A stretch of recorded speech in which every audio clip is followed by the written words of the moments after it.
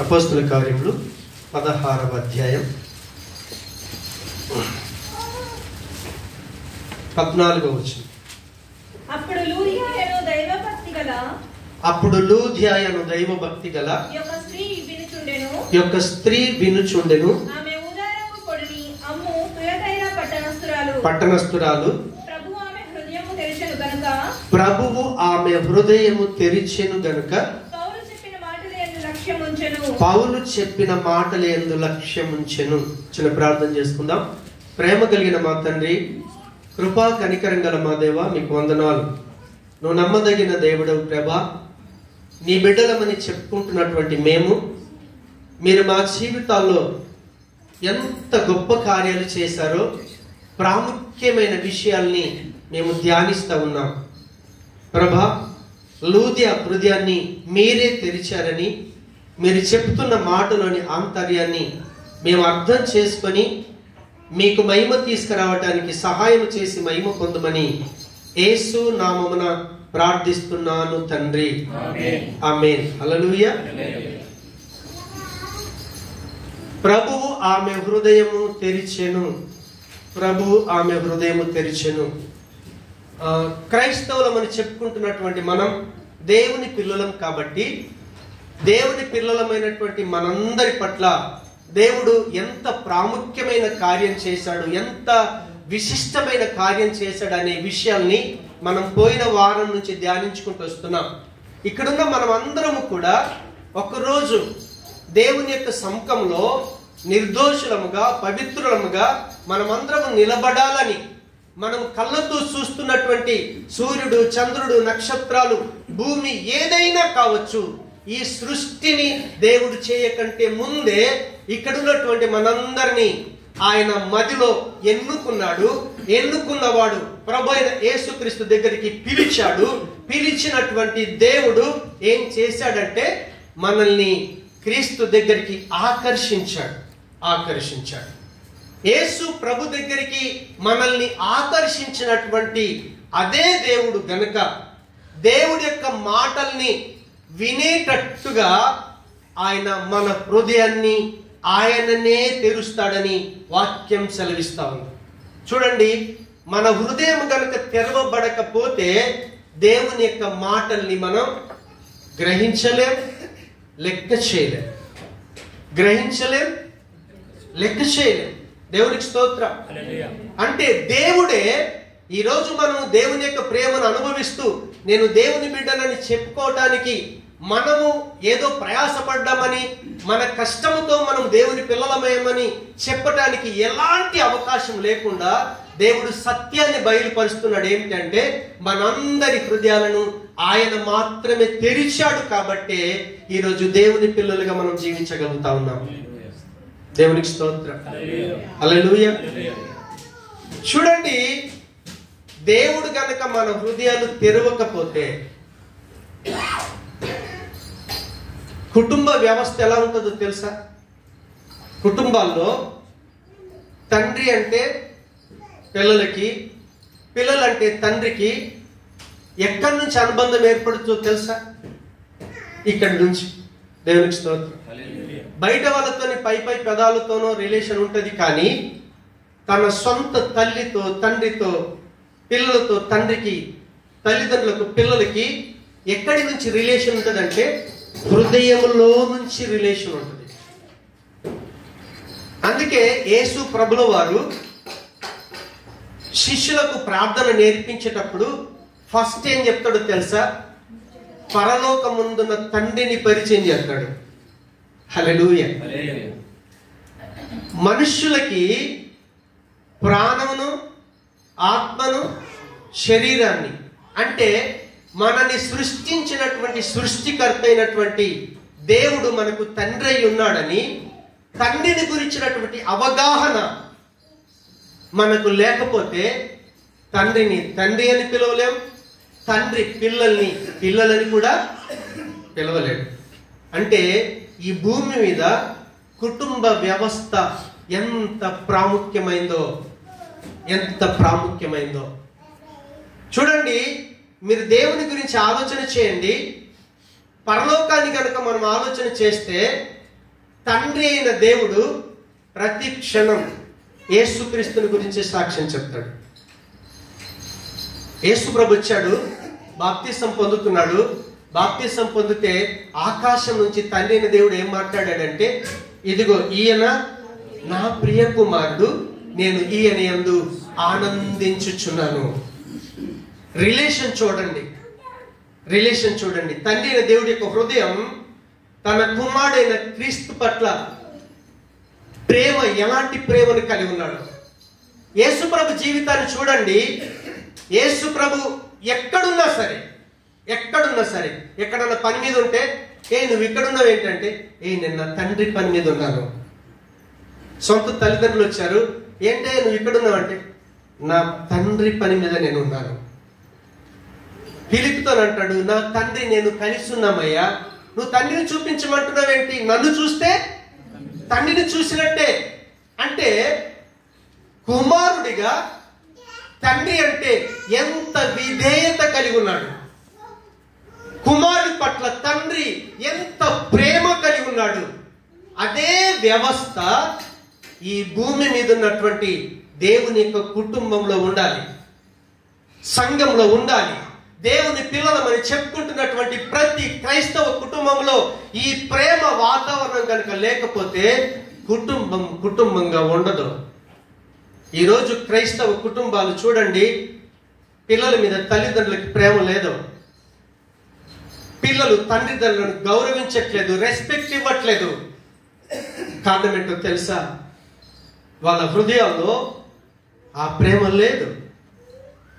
అందుకే సొలొమోను మందిరాన్ని కట్టినప్పుడు, దేవుని కొరకు మందిరాన్ని కట్టాడు. మొదటి రాజుల గ్రంథం 8వ అధ్యాయంలోకి వెళ్ళి ఒకసారి 57-58 వచనాలు కనుక మనం చూస్తే, అక్కడ సొలొమోను ప్రార్థన చేస్తా ఉన్నాడు. ఏమని ప్రార్థన చేస్తున్నాడో తెలుసా అండి?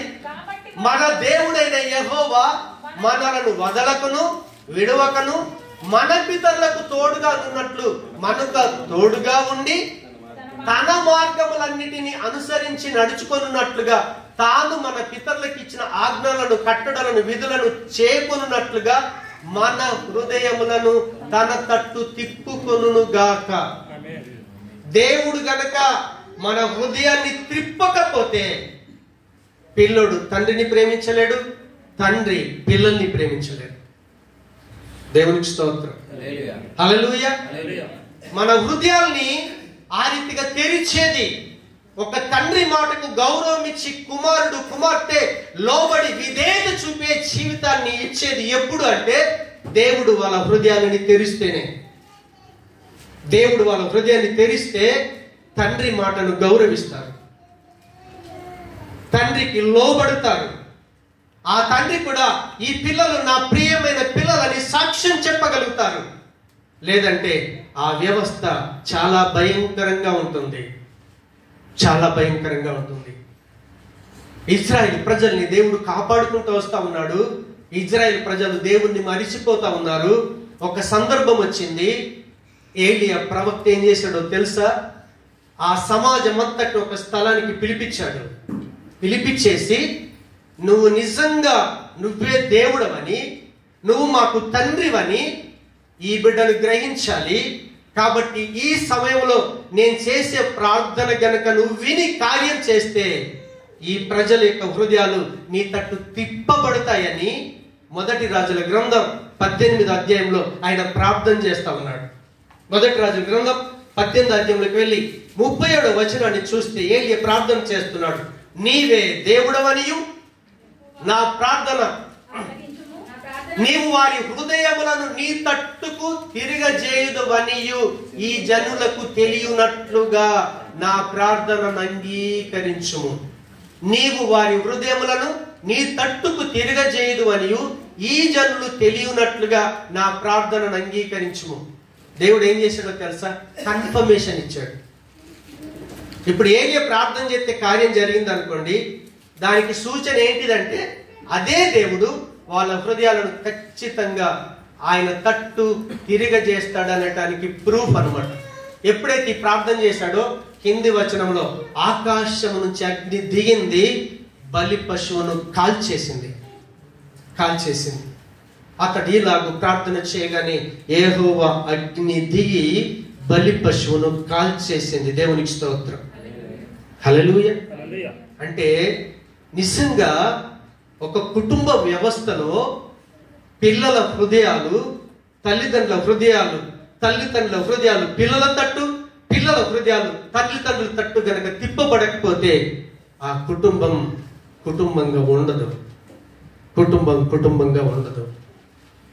అందుకే దేవుడు ఏం చేశాడంటే, యేసు ప్రభుల వారు రాకంటే ముందు బాప్తిసం ఇచ్చే యోహాను పంపించేటప్పుడు లూకాసు వార్త 1వ అధ్యాయంలో దేవుని యొక్క దూత ఏమని సాక్ష్యం ఇస్తున్నాడంటే, లూకాసు వార్త 1వ అధ్యాయం 17వ వచనంలో, లూకాసు వార్త 1వ అధ్యాయం 17వ వచనంలో జకర్యాతోని దేవుని యొక్క దూత చెప్తా ఉన్నాడు, ఇప్పుడు మీకు పుట్టబోయే బిడ్డ ఎలాంటి వాడు అని అంటే ఆయన చెప్తున్నాడు, అతడు తండ్రుల హృదయములను పిల్లల తట్టునకును అవిధేయులను నీతిమంతుల జ్ఞానమును అనుసరించుటకు త్రిప్పి ప్రభువు కొరకు ఆయత్తపడిన ప్రజలను సిద్ధపరచుటకై ఏలియా యొక్క ఆత్మయు శక్తియు గలవాడై ఆయనకు ముందుగా వెళ్ళును గనుక నీకు సంతోషమును మహా ఆనందమును కలుగును, అతడు పుట్టినందున అనేకులు సంతోషింతురనెను.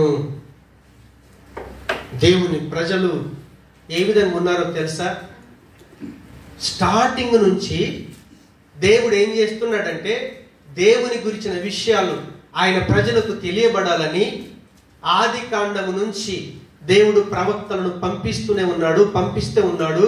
కానీ దేవుని ప్రజలు దేవుని తట్టు తిరగకుండా, దేవుని మాటలు వినకుండా భ్రష్టులైపోయి నాశనం అయిపోతా ఉంటే ప్రవక్తల్ని పంపిస్తూ హెచ్చరిస్తూనే ఉన్నాడు. పాత నిబంధన గ్రంథంలో ఆఖరు ప్రవక్త ఎవరు చెప్తారా? మలాకి తర్వాత ప్రవక్త లేడు. మలాకి తర్వాత 400 సంవత్సరాలు దేవుని గురించి చెప్పే ప్రవక్త లేకుండా అయిపోయారు. మలాకి ఇప్పుడు ఏం ప్రార్థన చేస్తున్నాడో తెలుసా?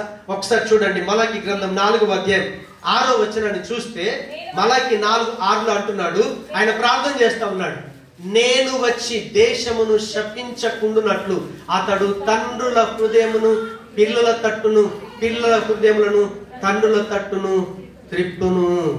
దేవునికి స్తోత్రం.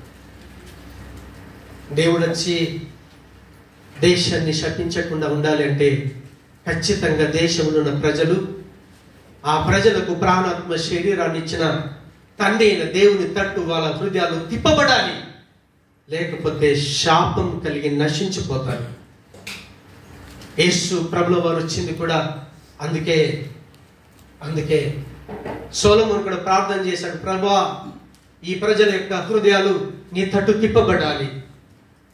తండ్రి అయిన దేవుని యొక్క హృదయం కూడా ఈ ప్రజల తట్టు తిప్పబడాలి. లేకపోతే ఈ జనం నాశనం అయిపోతారు. చివరికి పౌలు కూడా ప్రార్థన చేస్తా ఉన్నాడు. ఇందాక మనం కంటత వాక్యం చెప్పాం కదా, అది చెప్తారు ఒకసారి. 2 తెస్సా 3వ అధ్యాయం 5వ వచనంలో అంటున్నాడు, ఏమంటున్నాడు తెలుసా? నేను దేవుని అందలి ప్రేమ మీకు కలుగునట్లు ప్రభువు మీ హృదయములను ప్రేరేపించునుగాక. మన హృదయాలను ప్రభు ప్రేరేపించకపోతే నిజంగా మనం దేవుణ్ణి ఎరగలేము, దేవుని మాటల్ని గ్రహించలేము.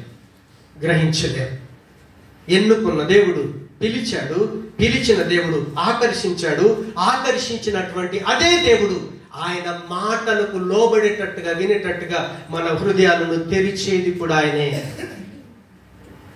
హల్లెలూయా. ఫస్ట్ ఎన్నుకున్నాడు, రెండోది పిలిచాడు, మూడోది ఆకర్షించాడు. ఆకర్షించిన అదే దేవుడు మన హృదయాల్ని తెరిచాడు.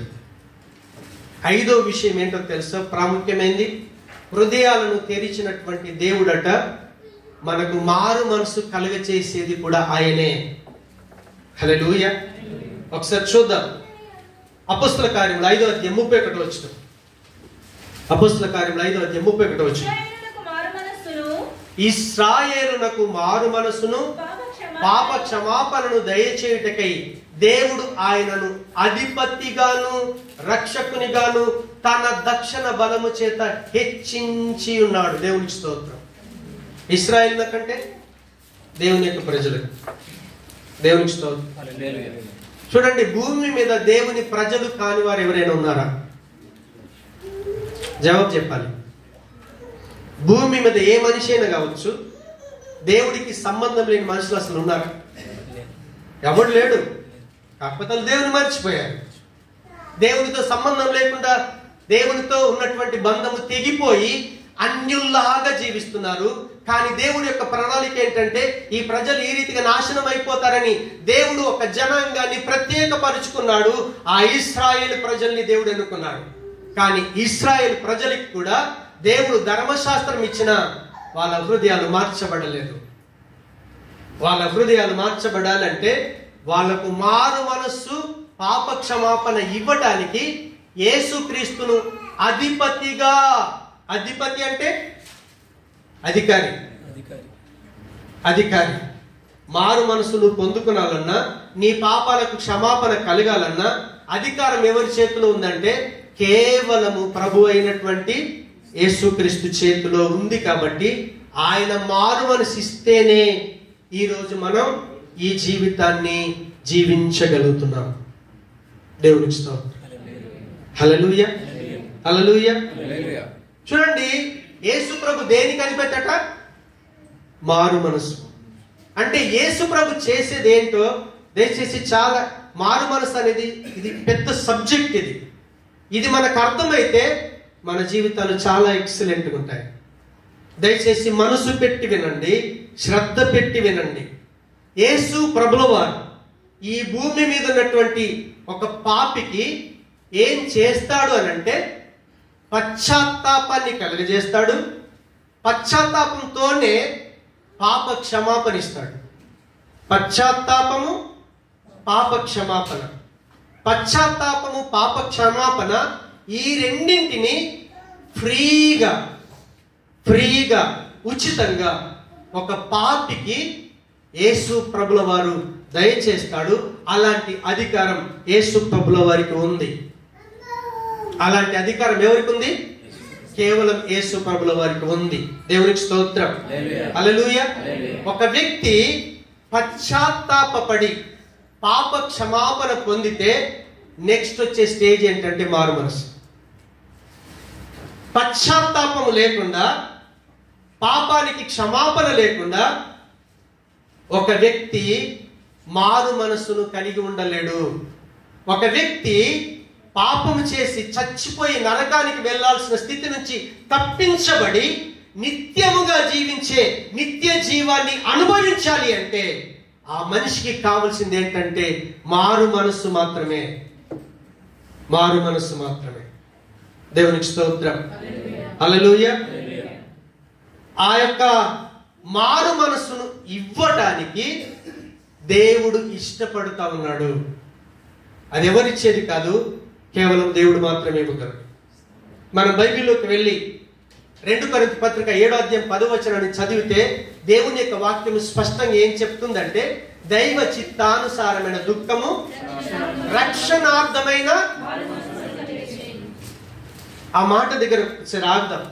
చూడండి, దైవ చిత్తానుసారమైన దుఃఖము రక్షణార్థమైన మారు మనసును కలుగజేయును.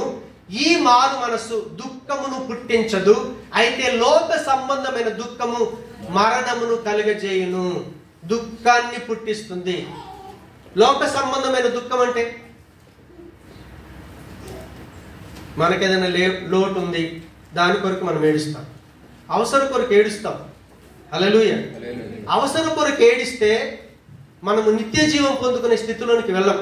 అడుగు దేవుని, తప్పులేదు. నీకు అప్పు ఉందా, అనారోగ్యం ఉందా, లేకపోతే ఏ స్థితి ఉందో దాని నుంచి విడిపించబడటం కొరకు దేవుణ్ణి అడుగు. ఆ అడుగుతున్నప్పుడు దొరకకపోతే మిగిలేది నీకు దుఃఖమే, ఇంకేమీ మిగలదు. కానీ ఎప్పుడైతే దేవుని యొక్క ఇష్టానుసారమైన దుఃఖము అంటాడు. దేవునికి ఇష్టానుసారమైన దుఃఖం అంటే దేవుడు దేన్ని ఇష్టపడతాడు? సింపుల్. దేవుడు పాపాన్ని ఇష్టపడతాడు, అవినీతిని ఇష్టపడతాడు, అక్రమాన్ని ఇష్టపడతాడా? ఇష్టపడు. దేవుని దేన్ని ఇష్టపడతాడు? పవిత్రతను ఇష్టపడతాడు. అవును, పరిశుద్ధతను ఇష్టపడతాడు. అందుకే ఒక వ్యక్తి దేవుని దగ్గరికి వచ్చినప్పుడు, నేను పాపిని, నా లోపల ఈ తప్పు ఉంది, ఈ పాపం ఉందని ఒకవేళ గ్రహించి, అయ్యా నేను నిజంగా తప్పు చేస్తున్నాను, పాపం చేస్తున్నానని దేవుడి దగ్గర పశ్చాత్తాపడితే, పశ్చాత్తాపడ్డాడు తిరిగి ఆ పాపం చేయలేడు. పశ్చాత్తాపడ్డ వ్యక్తి తిరిగి ఆ పాపాన్ని చేయలేదు. ఎప్పుడైతే అలాంటి పశ్చాత్తాపం పడతాడో వ్యక్తి, ఆ వ్యక్తికి ఏం దొరుకుతుందంటే, ఫస్ట్ పాయింట్, పాపానికి క్షమాపణ దొరుకుతుంది. నువ్వు తప్పు చేసావు కదా, అంతెందుకు, పాపాత్మురాలైన ఒక స్త్రీ, లూకాసు వార్త 8 తర్వాత చదవండి. ఒకరి ఇంట్లో ఉన్నాడు ప్రభుల వారు. ఆ భోజనానికి కూర్చున్నప్పుడు ఆ పాపాత్మురాలైన స్త్రీ వచ్చి యేసు ప్రభు పాదముల దగ్గర నిలబడట. యేసు ప్రభు యొక్క పాదాలు తన కన్నీళ్లతో తడుపుతా ఉంది. అలా కన్నీళ్లతో తడిపి తన వెంట్రుకలతో తుడుస్తూ ప్రభు పాదాలు ముద్దు పెట్టుకుంటా ఉంటే, అక్కడ ఉన్నటువంటి యేసు ప్రభు శిష్యులు అనుకుంటున్నారు, ఏంట్రా నిజంగా ఈయన ప్రవక్త అయితే ఆమె ఎంత భయంకరమైన పాపురాలో ఆయన గ్రహించడా, ముట్టిన కూడా తిరస్కరించట్లేదు అని వాళ్ళ లోపల వాళ్ళ ఆలోచన చేస్తా ఉంటే, అప్పుడు ఆయన అడిగాడు, అంటే ఒక వ్యక్తి 50 రూపాయలు అప్పు ఉందనుకో, యజమానుడు ఆమెను క్షమించేస్తే ఎంత? ఒకవేళ 1000 రూపాయలు అప్పు ఉండి క్షమించితే 1000 రూపాయలు అప్పున్న వ్యక్తిని సంతోషిస్తాడా, 50 రూపాయలు ఎక్కువ క్షమిస్తాడు సంతోషిస్తాడా అని అడిగితే, ఎక్కువ రుణపడిన వ్యక్తి. ఆమె విస్తారమైన పాపాలు చేసింది, కానీ ఎప్పుడైతే నా దగ్గరికి వచ్చిందో తన అపవిత్రత, తన పాప స్థితిని ఒప్పుకొని పశ్చాత్తాపడ్డది కాబట్టి ప్రభు ఆమె పాపాన్ని క్షమించేశాడు. ఆమె మళ్ళీ పాపం చేయమంటే చెయ్యదు, పాపం చేయమంటే చెయ్యదు. ఇప్పుడు ఏం జరిగిందో తెలుసా? తన పాపానికి రేపొద్దున నరకం ఉంది కదా, ఆ నరకం నుంచి తప్పించబడి రక్షించబడినటువంటి స్థితి, దైవ చిత్తానుసారమైన దుఃఖం, ఆ రక్షణార్థమైన మారు మనస్సు. అంటే పశ్చాత్తాప పడకుండా, పాప క్షమాపణను పొందకుండా నీ లోపల మారు మనస్సు రాదు. దేవుడు ఏం చేస్తాడంటే, కొన్నిసార్లు సీక్రెట్ గా తప్పు చేస్తాం, పాపం చేస్తూ ఉంటాం, టకీవని దొరికేటట్టు చేస్తాడు. ఎందుకో తెలుసా? ఇప్పుడైనా తన తప్పు తెలుసుకొని పశ్చాత్తాప పడతామని. కానీ మనం ఏం చేస్తామో తెలుసా?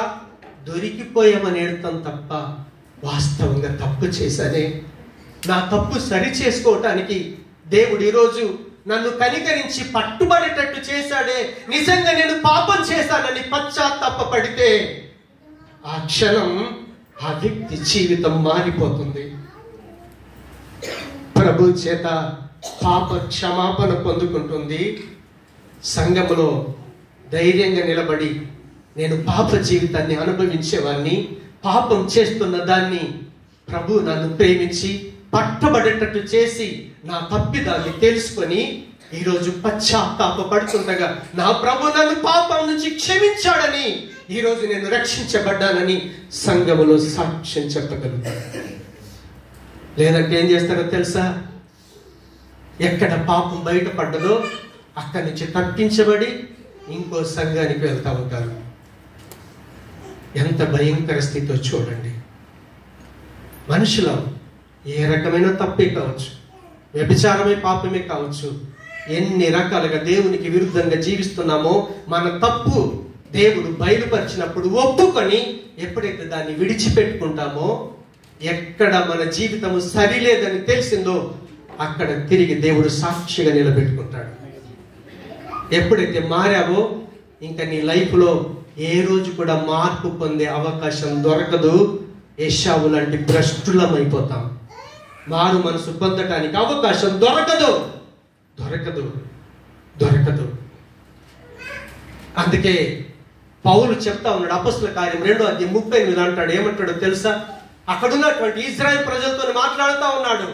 మీరు సిలువ వేశారే, ఆ యేసు ప్రభుల వారు ఎందుకు వచ్చాడో ఆయన గురించి చెప్తూ అంటాడు, పేతురు, మీరు మారు మనసు పొందండి. మారు మనసు పొంది మీరు ఏ తప్పైతే చేశారో ఆ తప్పును కనుక ఒప్పుకుంటే పాప క్షమాపణ నిమిత్తము ప్రతివాడు ఏ యేసును మీరు దేవుడు కాదని సిలువకు వేశారో అదే యేసు దగ్గరికి వచ్చి ఆయన నామం పేరిట మీరు బాప్తీసం పొందండి, అప్పుడు పరిశుద్ధాత్మ అనే వరాన్ని మీరు పొందుకుంటారు. దేవునికి స్తోత్రం. హల్లెలూయా. మారు మనసు దేవుడు మనకి ఇవ్వటం కొరకు పశ్చాత్తాపపడే అవకాశాన్ని కల్పిస్తాడు. పాప క్షమాపణ పొందుకోవటానికి దేవుడు అవకాశం ఇస్తాడు. అవకాశం ఇచ్చినప్పుడు దాన్ని సద్వినియోగం చేసుకుంటే మారు మనసు వస్తుంది. దాన్ని నువ్వు అహంతో గర్వంతో వ్యతిరేకిస్తే మారు మనస్సు నుంచి నువ్వు దూరం అయిపోతావు. నీ అహం నిన్ను మారు మనసులోకి తీసుకురాకుండా నిన్ను నాశనం చేస్తుంది. నీలో మారు మనసు లేకుండా సాతానుగాడు నిన్ను అడ్డగిస్తున్నప్పుడు వెంటనే పరిశుద్ధాత్మ దేవుడికి అప్పగించుకునాలి. నాలో సాతాను కార్యం చేస్తా ఉంది, ప్రభా నన్ను క్షమించమని అదే క్షణంలో ఒప్పుకునాలి. మనం ప్రభు దగ్గర తిరగబడకూడదు. తిరగబడటం సైతాను స్వభావం. తిరగబడుతున్నావంటే నీలో మారు మనసు పొందుకోవటానికి చాలా దూరంగా వెళ్ళిపోతున్నావని నిన్ను నువ్వు గ్రహించుకో. దేవునికి స్తోత్రం. హల్లెలూయా. చూడండి, ఏ యేసు ప్రభునైతే వాళ్ళు తిరస్కరించారో అదే యేసు ప్రభుల వారు మారు మనసు ఇస్తాడని లూకాసు వార్త 24వ అధ్యాయంలోకి వెళ్ళి ఒక్కసారి 47వ వచనం చూద్దాం. లూకాసు వార్త 24వ అధ్యాయం 47వ వచనం.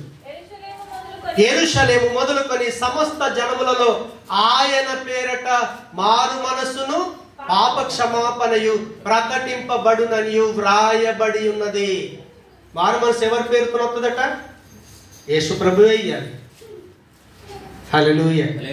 హల్లెలూయా. మారు మనసులో రావాలి అంటే దేవుడు నీకు పశ్చాత్తాపపడే అవకాశం ఇస్తాడు. పశ్చాత్తాపడుతున్నప్పుడు నీ పాపానికి క్షమాపణ ఇస్తాడు. మారు మనసు వచ్చేస్తుంది. ఒక సందర్భం వచ్చింది. అపోస్తలుడైన పౌలు ఆసియా ప్రదేశం అంతటా సువార్తను ప్రకటిస్తున్నాడు. ఏథెన్స్ పట్టణానికి వెళ్ళాడు. ఏథెన్స్ పట్టణానికి వెళ్ళినప్పుడు అపోస్తలుల కార్యములు 17వ అధ్యాయంలోకి వెళ్ళి 30వ వచనాన్ని ఒకసారి మనం చూద్దాం త్వరగా. రక్షణ పొందుటకు నేనేమి చేయవలెను?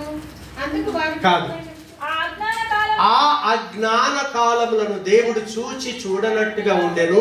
ఇప్పుడైతే అంతటను అందరును మారు మనసు పొందవలనని మనుషులకు ఆజ్ఞాపించుచున్నాడు. ఇప్పుడైతే అంతటను అందరును మారు మనసు పొందవలనని మనుషులకు ఆజ్ఞాపించుచున్నాడు. ఇందులో 2 సబ్జెక్టులు ఉన్నాయి. మొదటి సబ్జెక్ట్ ఏంటి అంటే ఆ అజ్ఞాన కాలములను దేవుడు చూడనట్టుగా ఉండెను. ఆ అజ్ఞాన కాలములను అని అంటే దేని గురించి చెప్తున్నాడు పౌలు మనం గ్రహించాలి అంటే ఒకసారి రోమపత్రిక 1వ అధ్యాయం 21, 22, 23 వచనాలు. అంటే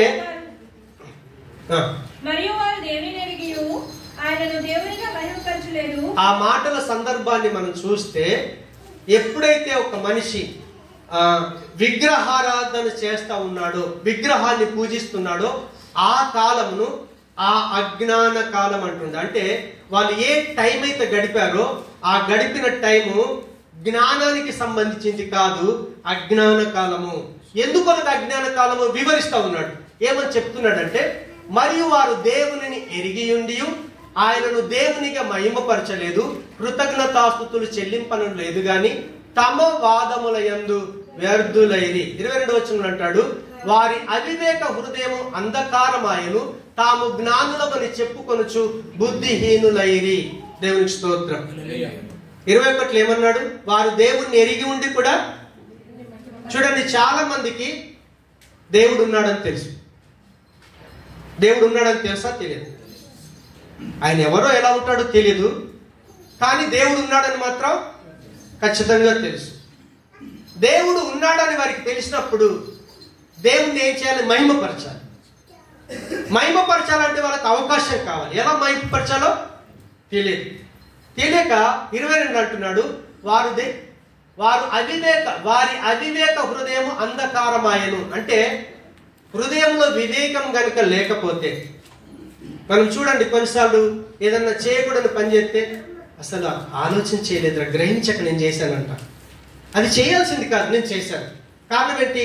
మన హృదయంలో దాని గురించిన జ్ఞానం లేనప్పుడు అవివేక హృదయం మనల్ని మోసం చేస్తుంది. మోసం చేసినప్పుడు తాము జ్ఞానులమని చెప్పుకొనుచు బుద్ధిహీనులైరి అంటాడు. మనం ఏదైనా చేసినప్పుడు జ్ఞానంతోనే చేస్తాం, కానీ తీరా దాని రిజల్ట్ చూస్తే మన బుద్ధిహీనత మనకు బయలుపడుద్ది. అందుకే 23లో అంటాడు, ఏమంటాడంటే, వారు అక్షయుడగు దేవుని మహిమను క్షయమగు మనుషుల యొక్కయు పక్షుల యొక్కయు చతుష్పాద జంతువుల యొక్కయు పురుగుల యొక్కయు ప్రతిమా స్వరూపముగా మార్చింది. అక్షయుడు అంటే క్షయము కానివాడు, నాశనము లేనివాడు. సరే, ఇప్పుడు మనం దేవుణ్ణి మొక్కాలనుకున్నాము, మహిమపరచాలనుకున్నాము. మహిమపరచాలనుకున్నప్పుడు క్షయమయ్యే దేన్ని మనము దేవుడు అని చెప్పినా అది రాంగ్ అవుద్ది. సపోజ్ ఒక మనిషిని తీసుకున్నాం, ఈయనని దేవుడని మొక్కినాం. మనిషి ఎప్పుడు ఉంటాడా? ఉండడు. సరే, ఒక పక్షిని తీసుకున్నాం, పక్షిని దేవుడని మొక్కుతున్నాం. అది ఎప్పుడు ఉండేదా? ఉండేది కాదు. కాబట్టి నాశనమయ్యే దేనితోనైనా నాశనము లేనటువంటి దేవుణ్ణి మనం ఎప్పుడూ పోల్చకూడదు. దేవుణ్ణి మహిమపరచలేం. అందుకే 25వ వచనంలో అంటాడు, వాళ్ళు ఏం చేశారు అంటే, అట్టివారు దేవుని సత్యమును అసత్యమునకు మార్చి సృష్టికర్తకు ప్రతిగా సృష్టమును పూజించి సేవించిరి. దేవుని సత్యమును అసత్యమునకు మార్చి. చూడండి, సత్యం ఏంటిది? ఆయన అక్షయుడు, నాశనం లేనుడు. అవునా? ఈ సత్యం ఇప్పుడు అసత్యం ఏంటిది? నాశనమయ్యే వస్తువును మనం దేవుడని మొక్కుతున్నాం. అసత్యాన్ని ఇప్పుడు ఏం చేశారు? సత్యాన్ని అసత్యానికి మార్చేశారు. మార్చింది ఎవరు? దేవుని చేత సృష్టించబడిన మనిషి. దేవుని చేత సృష్టించబడిన మనిషి ఇప్పుడు దేవుడికి రూపం ఇవ్వగలుగుతాడా? దేవుడు మనిషికి ప్రాణాన్ని పోసాడు కదా. ఇప్పుడు దేవుణ్ణి తయారు చేసి ఒక బొమ్మలాగా దానికి ప్రాణం పోయగలుగుతామా? ఆలోచన చేయండి. ఒక కుమ్మరి వాడు కుండను తయారు చేసిన తర్వాత ఆ కుండ నేనే కుమ్మరి వాడిని తయారు చేశానంటే ఎలా ఉంటుంది? అది సాధ్యమేనా? ఇంపాసిబుల్. అక్షయుడైనటువంటి దేవుణ్ణి, నాశము లేనటువంటి దేవుణ్ణి, నిత్యంగా ఉండేటటువంటి దేవుణ్ణి, మానవుడు దేవుడు ఉన్నాడని తెలిసి కూడా దేవునిగా మహిమపరచలేకపోయారు. హల్లెలూయా. అందుకే పౌలు ఆ ఎథెన్స్ పట్టణంలో సంచారం చేస్తున్నప్పుడు 17వ అధ్యాయంలోకి వెళ్ళి ఒక్కసారి మనం చూద్దాం. అపొస్తలుల కార్యములు 17వ అధ్యాయం 24-25 వచనంలో పౌలు ఏం చెప్తాడు అని అంటే, జగత్తును అందరి సమస్తమును నిర్మించిన దేవుడు తానే ఆకాశమునకు భూమికి ప్రభువు ఉన్నందున హస్తకృతములైన ఆలయములో నివసింపడు. ఆయన అందరికి జీవమును ఊపరిని సమస్తమును దయచేయువాడు గనక తనకు ఏదైనాను కొదువైనట్టు మనుషుల చేతులతో సేవింపబడువాడు కాడు. మానవుని దేవుడు తయారు చేశాడు. ఇప్పుడు మనిషి ఏం చేస్తున్నాడో తెలుసా? ఇదే మానవుడు దేవుణ్ణి తయారు చేసి దేవునికి జీవం పోతున్నారు. అది సాధ్యమవుతుందా? అది సాధ్యం కాదు. అది సాధ్యం కాదని మనం పాత నిబంధనలో కూడా ఆయన ఒక సందర్భం చెప్తాడు. ఏంటో తెలుసా? యెషయా గ్రంథం 44వ అధ్యాయం 9వ వచనం అంటాడు. యెషయా 44:9 ఏమంటాడంటే, విగ్రహములు నిర్మించు వారందరూ మాయ వంటి వారు, వారికి ఇష్టమైన విగ్రహములు నిష్ప్రయోజనములు, తామే అందుకు సాక్షులు, వారు గ్రహించువారు కారు, ఎరుగువారు కారు గనక వారు సిగ్గుపడరు. ఇప్పుడు చూడండి, అది తప్పని తెలిస్తే సిగ్గుపడతాం. హల్లెలూయా. ఒక సందర్భంలో నైట్ అయింది, పెళ్లి చేసుకున్నాడు. తన మామ తన భార్యను తన దగ్గరికి పంపించేశాడు. పంపించేసిన తర్వాత ఫస్ట్ నైట్ అయిపోయింది. తెల్లారిసరికి చూస్తే, నేను ప్రేమించిన భార్య లేదు ఇక్కడ, వేరే అమ్మాయి ఉందేంటి? సిగ్గుపడ్డాడు. ఆయన ముందు సిగ్గుపడ్డా? ఎంత ఆనందంగా తన భార్యతో సంతోషించాడు. కానీ నిజం తెలిసిన తర్వాత ఏం చేశాడు? దగ్గరికి నువ్వు నాకు ఎవరిని ఇస్తానని ఎవరిచ్చావు? చూడండి, తెలియకుండా చేసినప్పుడు సిగ్గుపడం, కానీ తెలిసినప్పుడు ఏం చేస్తామో తెలుసా? సిగ్గుపడతాం. అందుకే యెషయా ద్వారా దేవుడు మాట్లాడతాడు. అదే యెషయా గ్రంథం 44 అధ్యాయం 18 నుంచి 20 వచనం తర్వాత చూడండి. నేను దాన్ని ఎక్స్ప్లెయిన్ చేస్తున్నాను. ఏంటో తెలుసా? ఆయన అంటాడు, ఒక వ్యక్తి అరణ్యానికి వెళ్తాడు.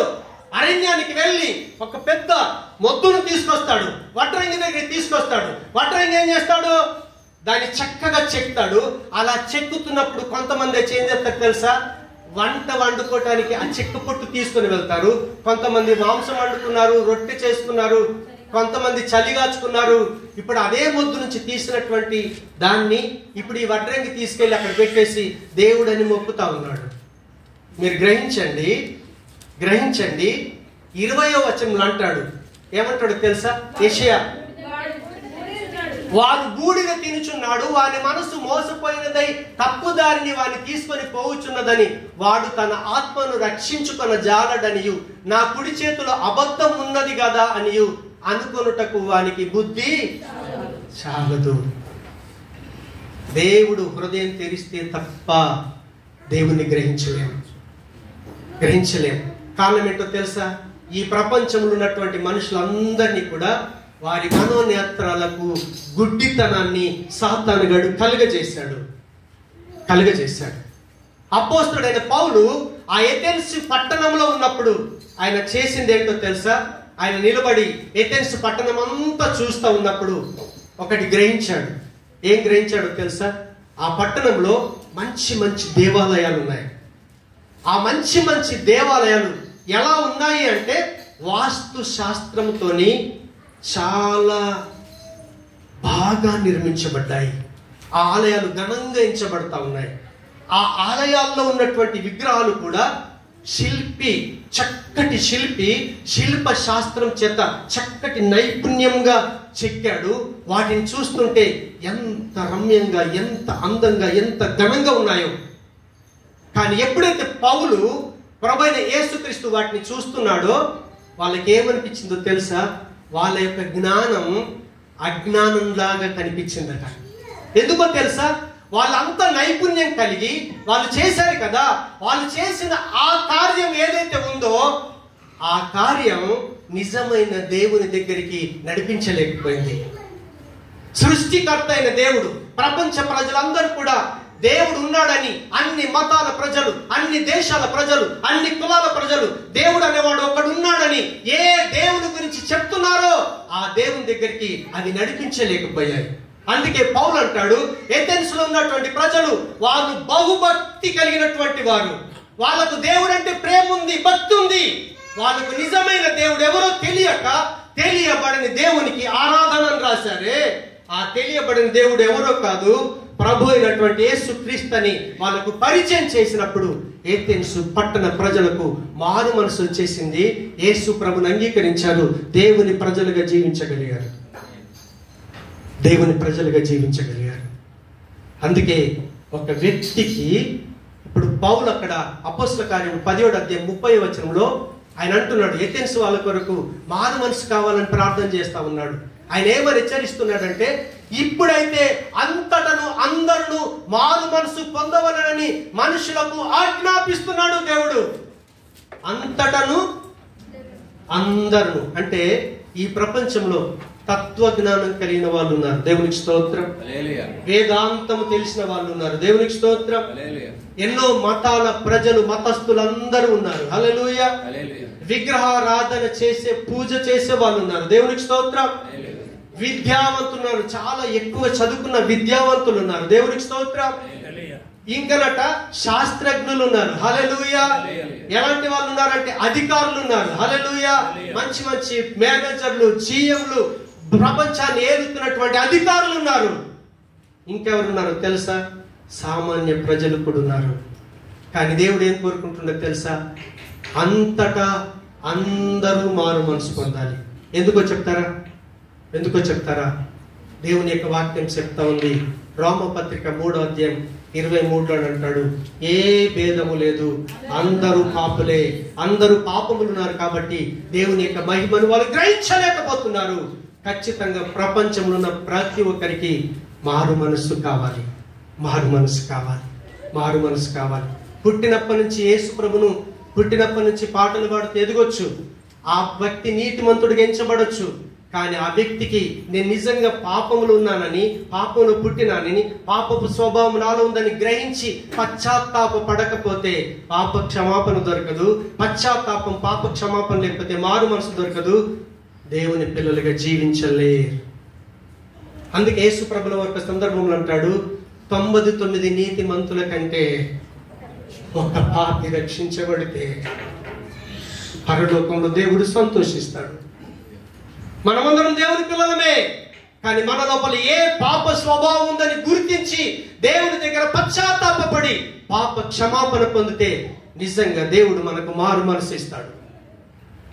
మారు మనసు పొందితే దేవుని పిల్లలుగా జీవించగలుగుతాం, లేదంటే దేవుని పిల్లలుగా జీవించలే.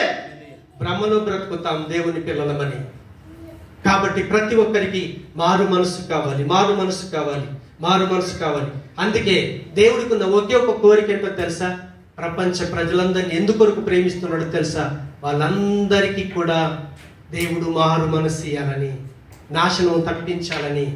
యోహాను సువార్త 3వ అధ్యాయం 16వ వచనంలో అంటాడు, దేవుడు లోకమును ఎంతో ప్రేమించెను కాగా తన అద్వితీయ కుమారునిగా పుట్టిన వాని యందు నమ్మిక ఉంచు ప్రతివాడు నాశనము కాకుండా నశింపక నిత్య జీవం పొందునట్లుగా. ఒక వ్యక్తికి నిత్య జీవం పొందాలంటే పశ్చాత్తాపం కావాలి, పాప క్షమాపణ కావాలి, మారు మనసు వస్తుంది, నిత్య జీవం పొందుకుంటాం. కాబట్టి నిత్య జీవం పొందుకున్నాలంటే ఖచ్చితంగా మన పాప స్థితిని బట్టి దేవుని దగ్గర పశ్చాత్తాపపడాలి. ఆ పశ్చాత్తాపడుతున్నప్పుడు పాప క్షమాపణ ఇస్తాడు. ఆ పాప క్షమాపణతో పాటు దేవుడు మారు మనసిస్తాడు. దేవుని పిల్లలుగా జీవించగలుగుతాం. దేవునికి స్తోత్రం, హల్లెలూయా. అందుకే 1 తిమోతి పత్రిక 2వ అధ్యాయం 4-5 వచనాల్లో దేవుని యొక్క వాక్యం సెలవిస్తా ఉంది, ప్రపంచంలో ఉన్న మనుషులందరూ ఒక్కటే, ప్రపంచాన్ని సృష్టించిన దేవుడు ఒక్కడే.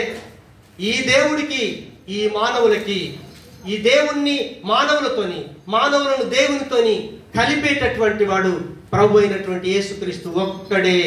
ఆయన నరుడైనటువంటి యేసుక్రీస్తుల వారని దేవుని యొక్క వాక్యం సెలవిస్తా ఉంది. యేసు ప్రభుని నమ్ముకుంటే మన మతాలు, కులాలు మారిపోవు. మన పాపం మనకు తెలియబడుతుంది, పశ్చాత్తాపపడే అవకాశం ఇస్తాడు. పశ్చాత్తాప పడుతున్నప్పుడు పాప క్షమాపణ ఇస్తాడు. ఎప్పుడైతే పశ్చాత్తాపం, పాప క్షమాపణ వస్తుందో దేవుడు మారు మనసు ఇస్తాడు. నిత్య జీవాన్ని అనుభవించగలుగుతాం, నిత్య జీవాన్ని అనుభవించగలుగుతాం. అందుకే దేవుని యొక్క వాక్యం సెలవిస్తా ఉంది. 2 పేతురు పత్రిక 3వ అధ్యాయం 9వ వచనంలో వాక్యం సెలవిస్తా ఉంది. దేవుడు ఎందుకొరకు ఆలస్యం చేస్తున్నాడో తెలుసా? తప్పు చేసే వాళ్ళని ఎందుకొరకు నాశనం చేస్తలేడో తెలుసా? పాపం చేస్తున్న దేవుడు, పాపం చేస్తున్న మనిషిని ఎందుకొరకు నాశనం చేస్తలేడో దేవుడు చెప్తా ఉన్నాడు. ఎందుకు చెప్తాడు తెలుసా? కొందరు ఆలస్యం అని ఎంచుకొనిచున్నట్లుగా ప్రభు తన వాగ్దానమును దూర్చి ఆలస్యం చేయువాడు కాడు. మీరు బాగా గమనించండి. కొందరు ఆలస్యం అని ఎంచుకొనున్నట్లుగా అంటే చూడండి, తప్పు చేసిన దేవుడు శిక్షిస్తాడా లేదా? నేను తప్పు చేస్తున్న దేవుడు శిక్షిస్తలేడని అనుకుంటున్నారు. హల్లెలూయా. చాలా మంది ఏమనుకుంటున్నారు, యేసు ప్రభు వస్తాడని ఎప్పటి నుంచో చెప్తున్నారు, ఇప్పటికి 2000 సంవత్సరాలైంది ఇంకా రావట్లేదు అని అనుకుంటున్నారు. కొంతమంది తప్పు చేసి కూడా బలాదూరుగా తిరుగుతా ఉన్నారు. ఎందుకొరకు దేవుడు అలాంటి సహనాన్ని వహిస్తున్నాడో చెప్తున్నాడు. వాగ్దానం ఆలస్యం చేయబడు కాదు, కానీ ఎవడును నశింపవలెనని ఇచ్చయింపక అందరూ మారు మనసు పొందవలెనని కోరుచు మీ ఎడల దీర్ఘశాంతం గలవాడై ఉన్నాడు. దేవుడు ఎందుకొరకు దీర్ఘశాంతం వహిస్తున్నాడో తెలుసా? మనం తిరగబడ్డా, పాపం చేసిన, వ్యభిచారం చేసిన, అబద్ధాలు ఆడుతున్నా దేవుడు శాంతం వహిస్తున్నాడు. ఎందుకో తెలుసా? ఒక్కరోజైనా వీళ్ళు మారు మనసు పొందుకుంటారు. మారు మనసు మనం పొందుకున్నాలని ఆయన ఆలస్యం చేస్తున్నాడు. నాశనం కావద్దని దేవునికి కోరిక ఉంది కాబట్టి దేవుడు వెంబడే శిక్షను మన మీదకి రానియట్లేదు. ఆయన రానియట్లేదని పాపాన్ని కొనసాగిస్తావా? లేకపోతే నీ జీవితంలో, నా జీవితంలో ఉన్న దేవునికి వ్యతిరేకమైన పాపాన్ని మనం గ్రహించి ఎప్పుడైతే పశ్చాత్తాపపడతామో పాప క్షమాపణ పొందుతాము, మారు మనసు పొందుతాము, దేవుని పిల్లలుగా జీవించగలుగుతాం. ఒకరిద్దరు ప్రార్థన చేసుకుందాం. దేవా, నాకు సహాయం ఇచ్చి మారు మనస్సు అది నువ్విస్తే తప్ప మేము పొందుకోలేమని దేవుని యొక్క వాక్యం సెలవిస్తాము. చూడండి, దేవుని యొక్క వాక్యంలోకి వెళ్ళి చూస్తే బాప్తిసం ఇచ్చి యోహాను మత్తయి సువార్త 2వ అధ్యాయం 3వ అధ్యాయం 2లో అన్నాడు, మీరు మారు మనసు పొందండి, మారు మనసుకు తగిన ఫలం పొందండి, ఫలించండి అని మత్తయి సువార్త 3:8 సెలవిస్తా ఉన్నాడు. బాప్తిసం ఇచ్చే యోహాను, అదే రీతిగా ప్రభు అయినటువంటి యేసుక్రీస్తుల వారు కూడా మార్కు సువార్త 1:15 మీరు మారు మనసు పొందండి అయ్యా, దేవుని యొక్క రాజ్యం సమీపంగా ఉందని సెలవిచ్చాడు.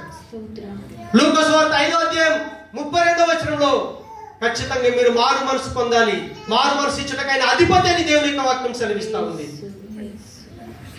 లూకా సువార్త 15:7 అంటున్నాడు, మారు మనసు అక్కలు లేని నీతిమంతులు 99 మంది ఉన్నా సరే మారు మనసు పొందిన ఒక్క పాపిని బట్టి దేవుడు సంతోషిస్తాడని ప్రభువు కూడా మారు మనసు కొరకు ఆయన సువార్త ప్రకటించాడు. యేసు ప్రభు శిష్యులు కూడా మార్కు సువార్త 6:12 మీరు మారు మనసు పొందండి అని మారు మనసును ప్రకటించినారు. కాబట్టి మారు మనసు చాలా ప్రాముఖ్యమైనది. ఎప్పుడైతే మన తప్పిదాన్ని, మన పాపాన్ని మనం గుర్తించగలుగుతున్నామో, గుర్తించిన క్షణమే ఆయన సన్నిధానంలో మోకరించి పశ్చాత్తాపపడితే దేవుని సంతోషపరిచే పరిశుద్ధతను, నీతిని, న్యాయాన్ని ఎప్పుడైతే మనం కోరుకుంటామో దేవుడట రక్షణార్థమైన మారు మనసు ఇస్తాడట. ప్రభా, ఈ రోజు నుంచి మారు మనసు కొరకు ప్రభా నీ పాదాలు పట్టుకుంటానయ్యా. పౌలు కూడా ప్రార్థన చేస్తా ఉన్నాడు, ఈ ప్రజలకు మారు మనసు కావాలి, దేవుని ప్రేమ గ్రహించేటట్టు వారి హృదయాలు తెరవబడాలని. దేవా, మా హృదయాలు తెరవండి. పశ్చాత్తాపం, మారు మనసు, పశ్చాత్తాపము పాప క్షమాపణిచ్చి మారు మనసిచ్చి నిత్య జీవాన్ని అనుభవించుటకు సహాయం చేసి మీరు మహిమ పొందుమని యేసు నామమున ప్రార్థిస్తున్నాను తండ్రి. ఆమేన్.